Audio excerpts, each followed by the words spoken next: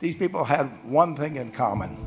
You know, they knew they had it in themselves. They knew they could be something beyond where they were. They were willing to put their time, their energies to better themselves. I would like to just tell you a couple of short stories, and we'll draw maybe a couple of lessons from them. I would like to tell you of two women that each sold a business to Berkshire Hathaway, to me actually, for many, many, many millions of dollars.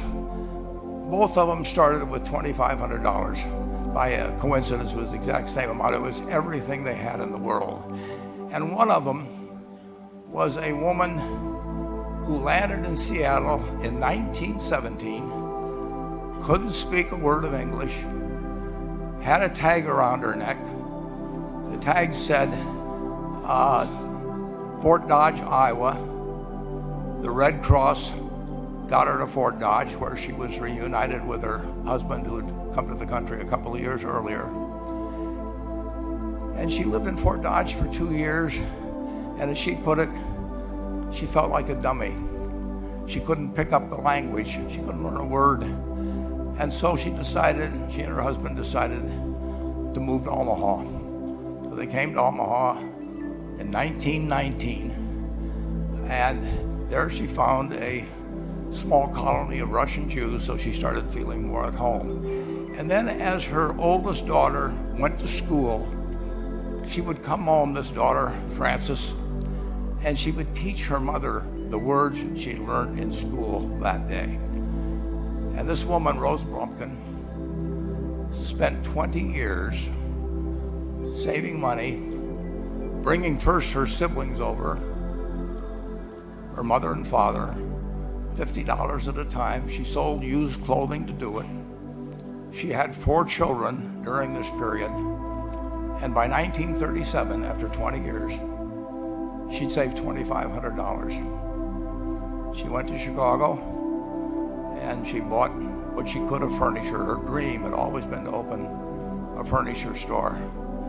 And this woman who had never gone to school one day in her life, with $2,500, but with the same spirit that the people in this room had about having a dream and working to accomplish that dream, she built a business which she sold to me in 1983 for $60 million approximately, and which did $1.5 billion worth of business last year.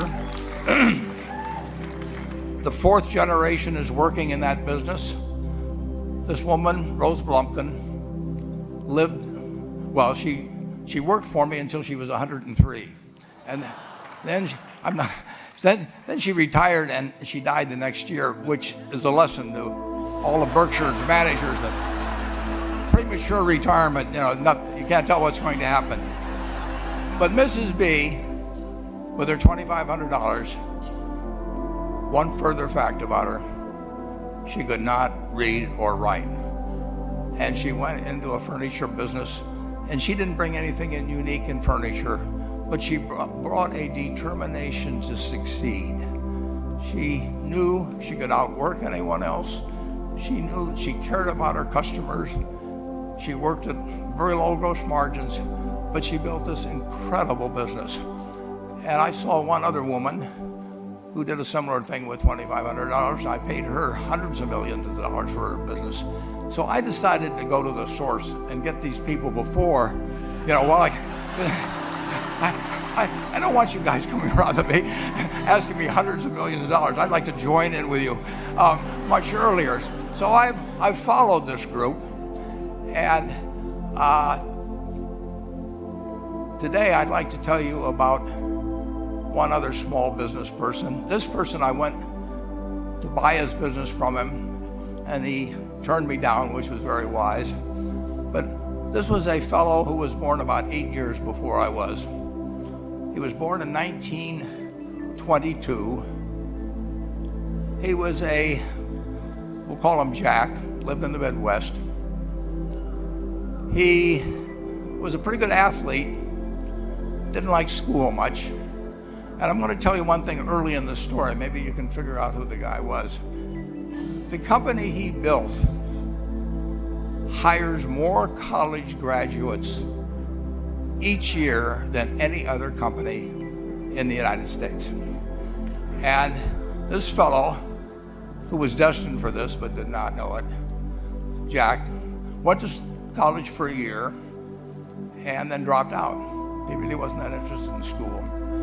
And the year he dropped out was 1941, and when the United States became under attack, he went down to the Army Air Force recruiting station, volunteered, and they turned him down because he had hay fever.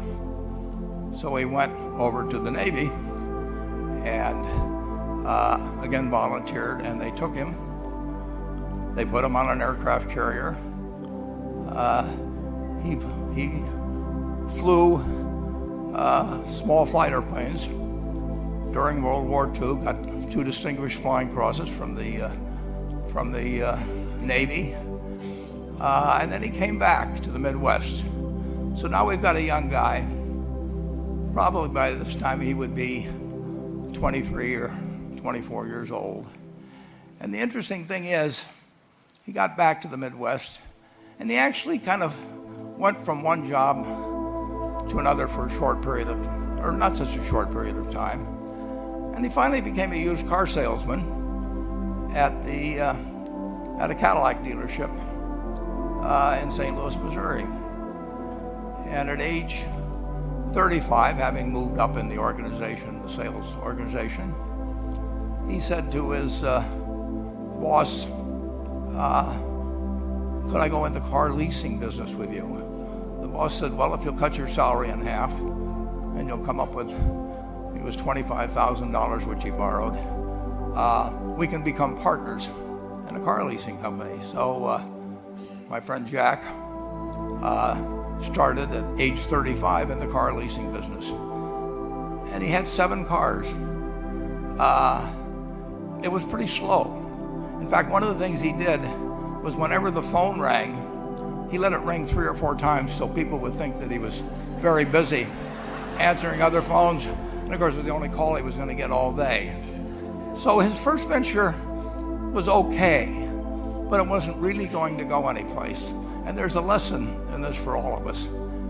At age 40, he decided, with 17 vehicles, 17 cars, he was going to go into competition in the rent-a-car business. So now he's taking on Hertz and Avis and National and people like that who have hundreds and hundreds of thousands of cars. And he's got 17 cars, and his cars aren't any different than theirs. I mean, he's buying them from General Motors or Ford or Chrysler. And he can't get the airport locations. Those companies have them all sold up. But he was determined that he would basically offer the customer, can't offer him a different car, but he can offer them friendlier service than they've ever seen. And so he started a company. He named it after the battleship that he'd flown from in the Pacific, which was the USS Enterprise. And he died about a year and a half ago. But when he died, his rent-a-car company, starting with those 17 cars, was worth more than Hertz and Avis and all the rest of the rental cars put together. The man's name was Jack Taylor, and his son, Andy Taylor, is a good friend of mine, runs the business now. A grandchild is in the business. There'll probably be a 4th generation along the line. So this man, in the United States, he didn't invent artificial intelligence. You know, he didn't do anything that, just like Mrs. B selling furniture, I mean, that any one of us could have entered those businesses. But he lived by the creed, basically, of delighting his customers and working with people and establishing the relationship with them so that they in turn would want to delight the customers. He couldn't go out there and take care of every rental car possibility, but he learned how to project himself and his attitude toward his fellow man and his desire, to make a friend out of every customer. He managed to take very ordinary cars and turn them into this extraordinary business from virtually nothing. And it illustrates several points. One is, you don't necessarily get it right exactly right the first time. I mean, the car leasing business, basically you were competing on the cost of money to finance cars, and it's very hard to delight a customer when you just give them the car and tell them to send you a monthly check for 5 years and you'll be back at that time. So his talents were being wasted basically in that business. But at the age of 40, with all of that experience behind him, he found the golden key, and he took a very ordinary business and turned it into an absolutely extraordinary operation, and just like Mrs. B or Rose Blumpkin did with furniture. And he didn't worry about whether the Federal Reserve was going to tighten or ease. He didn't worry about whether the stock market was up or down yesterday. He didn't worry about the things he couldn't change, but he did focus on the one thing he could change, and that was the customer's experience. And I have seen the one that got away, Enterprise. I went down to Florida and tried to talk him into selling to Berkshire, and he was smart enough not to do it. Probably the value of the company has quadrupled since I made that visit. But he was smart enough to see that he would find that business. Henry Ford, as you may know, failed twice before he started the Ford Motor Company in 1903. I mean, the test isn't whether you get the greatest business idea in the world the first time out. The test is whether you keep learning as you go along what your strengths are and what you can do for your customers, what you can bring especially to the party. And to do that, you need the education that I know you've received through 10,000 small businesses, but you need a genuine desire day in, day out to delight the customer. I've never seen a business, and I've seen a lot of businesses, but I've never seen one that delights the customer that doesn't succeed. I mean, what you want is that customer the next day when they think, do I want to rent a car or do I want to buy some furniture? What goes through their mind? It's the place where they've had a great experience.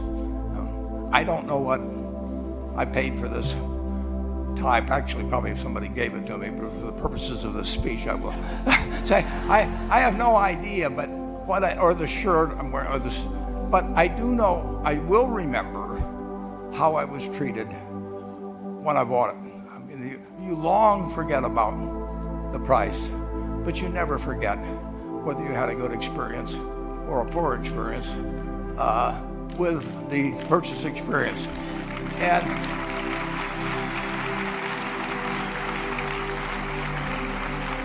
you'll have a hard time finding a person that's had a wonderful experience, a delighted experience in purchasing anything that isn't going to come back. And similarly, if the memory is of rudeness, indifference, whatever it may be, they're never going to come back. And as a small business owner, and as you grow, you have to not only be able to project that interest in people's well-being and delighting them yourself, but you have to do it through other people. And you won't be able to do it through people who themselves do not feel they're being fairly treated. that their views aren't appropriately considered. So you really do have to learn to multiply yourself through other people. And I advise the young people that come to Omaha. We have a number of classes. The key is to certainly, in terms of your personal life, the most important decision you'll make is the spouse that most of you will likely have. And it's very important to surround yourself with people that are better than you are. You are going to move in the direction of the people you associate with. So you constantly.